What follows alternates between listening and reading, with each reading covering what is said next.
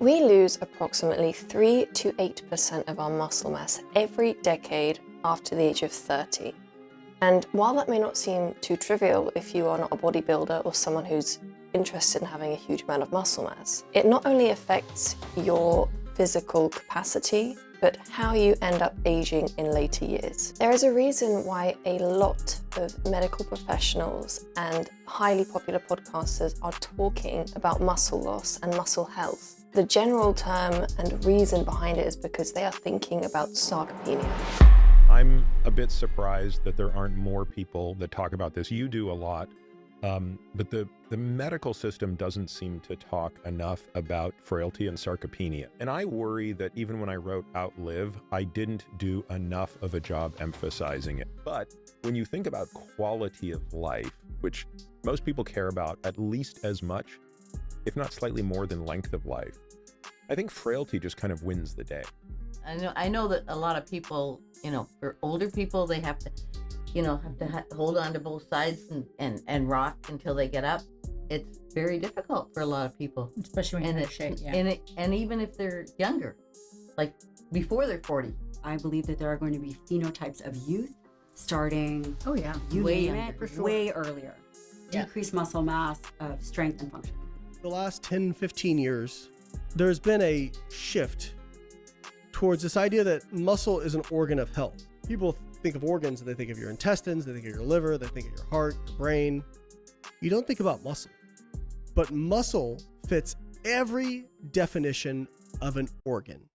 Around 50 million people are globally diagnosed with sarcopenia, and that figure over the next 40 years is set to rise to over 200 million, and that is just a generalized figure. It could be way more than that, depending on how people choose to live their lives. So if you are not doing any of the things I'm going to be discussing over the next few videos, then it's very likely that you are going to be part of that statistic. And there are certain things that you can do to prevent that happening. So today we're going to be covering the diagnosis of sarcopenia, what it is, and why it's important that we look into it even in our younger years where it doesn't seem like our strength and muscle mass loss is on the horizon.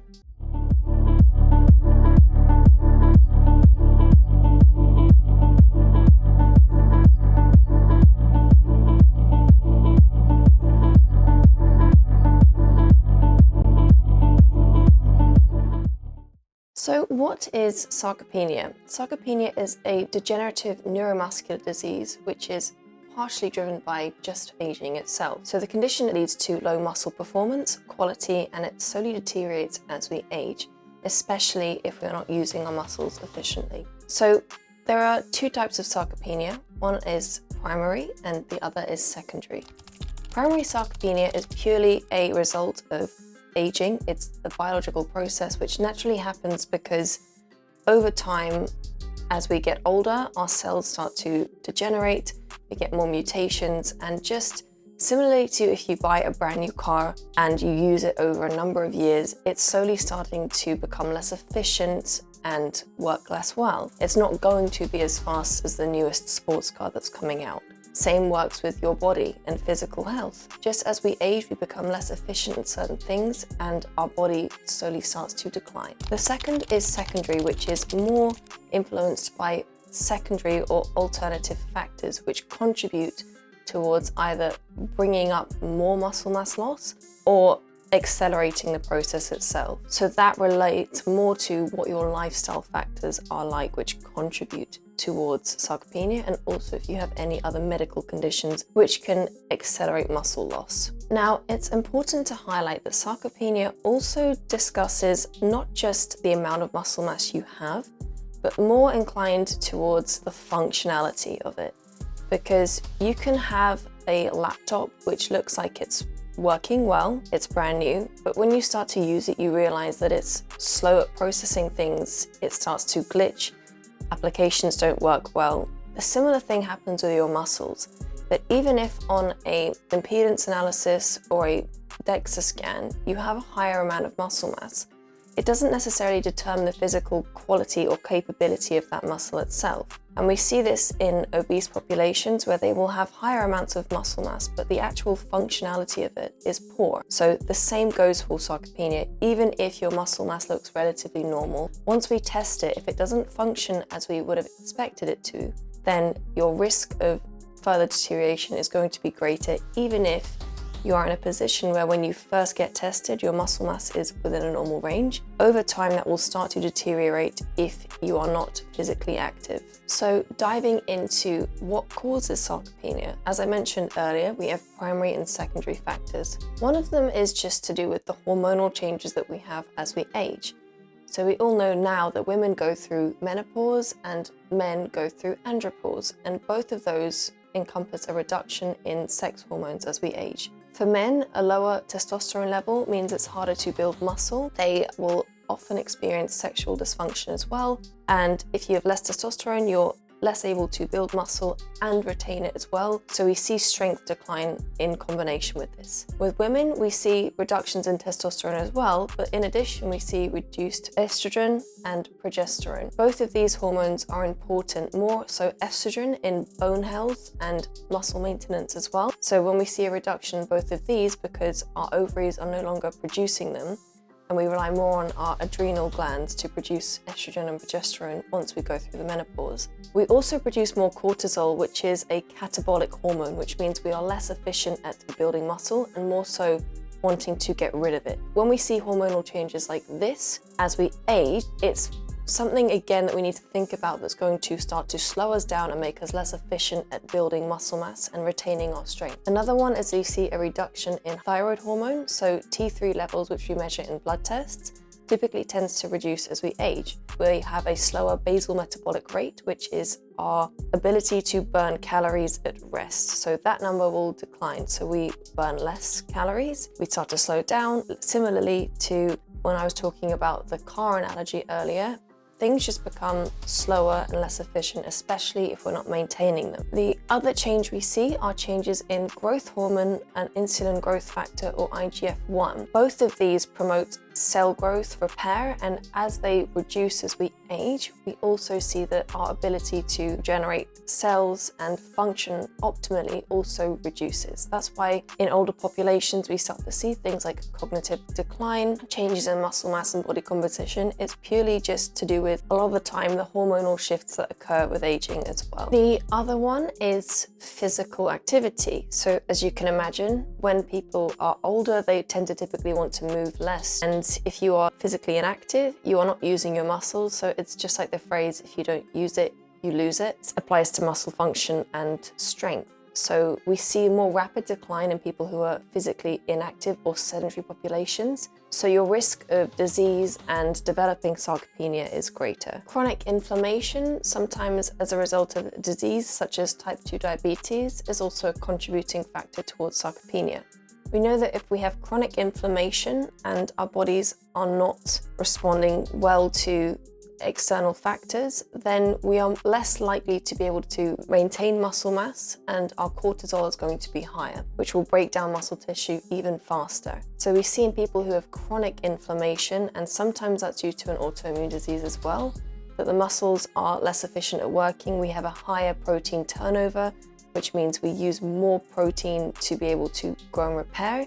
And particularly in sarcopenic populations, we see that they typically have higher levels of inflammation than people who don't have it. So that is something to consider if you have been diagnosed with type 2 diabetes, or you are chronically stressed and you have high levels of inflammation from blood work. This is something you need to be looking into as well. Nutritional factors. So if someone has a deficiency in something, then that's going to contribute towards poor health conditions. So one of them is vitamin D. So as we age, the number of vitamin D receptors we have also declines. So we're less responsive to vitamin D, and we also typically spend more time indoors, especially if we're sedentary. So older populations have a higher risk of deficiency, and deficiencies in vitamin D also affect muscle function as well as bone health as well. So if we start to have higher levels of deficiency, the risk developing diseases because it affects immune function as well, then we're going to start to see more problems arise here. The second one is protein deficiency, which is a huge risk with aging because we start to become anabolically resistant, which means we are less efficient at utilizing protein and responding to anabolic stimuli. That is things like resistance training and protein feedings. And we see this in a number of studies where they've looked at people who have similar body compositions in older or younger populations. And the older population typically needs a lot more protein to elicit similar levels of protein synthesis compared to younger counterparts. So we know on a biological level that older populations need more protein because of the fact that when you age, you also typically have a lower appetite. Protein is very satiating. You will probably want to eat less of it as well. And we know that the RDA is very low at 0.8 grams per kilo of body weight. And experts recommend approximately 1 to 1.2 grams for older people. And I think that should be even higher, closer to 1.6 grams per kilo of body weight, especially if you are resistance training. That is seen as the optimal intake to go for. So as you can imagine, if older people are eating less protein, they have a high level of deficiency. We cannot store protein in the body, so we can only utilize it. So if you're not getting enough in and you can't synthesize it from anything else either, your muscle mass is going to suffer as well as cell function overall. We also see changes in neuromuscular activity as we age as well. So in studies when they've looked at older populations, we typically see that their motor neuron activity is lower.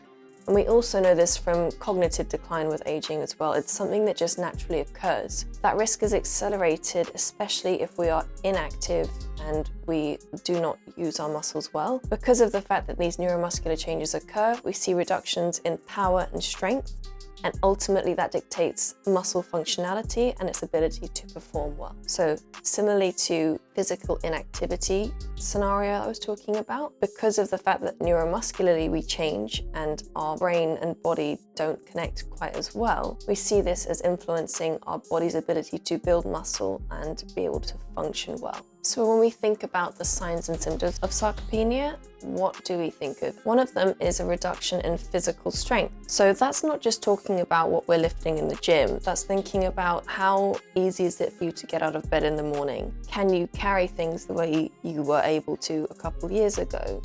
Do you feel like you get physically more breathless and more fatigued? All of these are symptoms that you could be developing sarcopenia or that your muscles are getting weaker, especially if you're not going to the gym or doing a form of resistance training that is going to be training your muscles to get stronger. Another one is a loss of balance or coordination. So we typically see that in older populations, their ability to balance and coordinate themselves is changing. So if we see this, then this is also another sign and symptom that you need to be looking into your risk of sarcopenia, and if there are any other factors that could be contributing towards this, such as an autoimmune disease or other external factors. And another factor is walking speed. So this is also one of the physical performance tests I'm going to be talking about. If you are walking slower and it feels more physically taxing to do so, we typically see in older populations, they start to shuffle their feet a little bit more. So they're not taking powerful strides. It's more slower, cautiously taking steps because they're scared of falling over or hurting themselves. So that is another symptom that if you're struggling to walk and just get along with daily activities, that could be a contributing factor towards developing sarcopenia. So why does this all matter? As you can imagine, this affects not just your ability to live longer, but your quality of life later on. So you are going to be at higher risk of disability, frailty, which is a product of sarcopenia that's not just physically related, but also psychologically as well. If you are more fragile, you are going to be scared of doing certain things. Like you might be scared of just getting up out of bed and pulling your back, or injuring your knee or falling down the stairs. All of these things relate to sarcopenia because your ability to function is going to only get worse if you don't do anything about it. The other thing is, even though medicine has taken so many breakthroughs in the sense that we are finding cures for diseases, even things like treating obesity with injections like GLP-1s, it doesn't address the fact that people are still going to be losing muscle mass. And if you lose muscle, that also affects your physical ability to function well. So it's really important to look at these things, because it's not about just extending your lifespan, but how you're going to live those final years of your life. Would you rather live those in a state of physical disability, you are unable to have the independence that you want, or do you want to be able to still be able to do the things you want to do and live the life that you'd like to? That's what you've got to think about when it comes to sarcopenia. It's not just about having muscle, it's about how you are going to progressively decline over the life course and how you're going to prevent it. So how do we test and diagnose sarcopenia? We have a number of tests, and by definition, if you are diagnosing sarcopenia, you need to essentially tick all of the boxes off, or a number of them, and that will determine both how severe it is and how high of a risk you are of developing it as well. So the first metric is hand grip strength. Now this is one of the most commonly used by physicians, because it not only tells you about someone's physical strength, but it also predicts things like your mortality, risk of developing diseases, and a predictor of your ability to live longer as well. So it is an amazing screen that we can use. And essentially what we do is we have a handheld dynamometer, and a patient is asked to squeeze it as hard as they can for 5 seconds.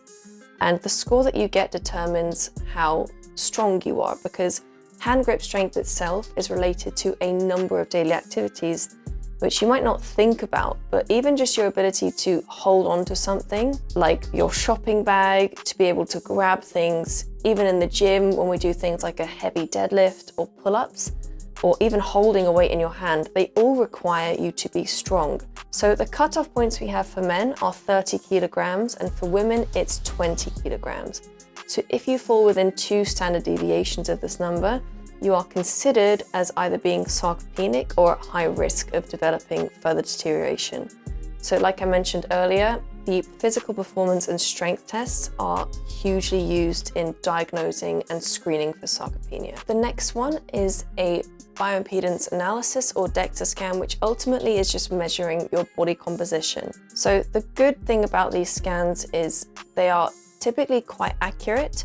The DEXA are seen as the gold standard and the most accurate. However, because it is extremely expensive and it's highly specialized equipment, it's not widely available to most people unless you are going to a doctor or having it done clinically, because it measures bone mass as well, which, as we know, our risk of developing osteoporosis and fractures as we age also increases because of changes in hormones, and our bone density tends to reduce over time as well, which influences our risk of fractures and falls.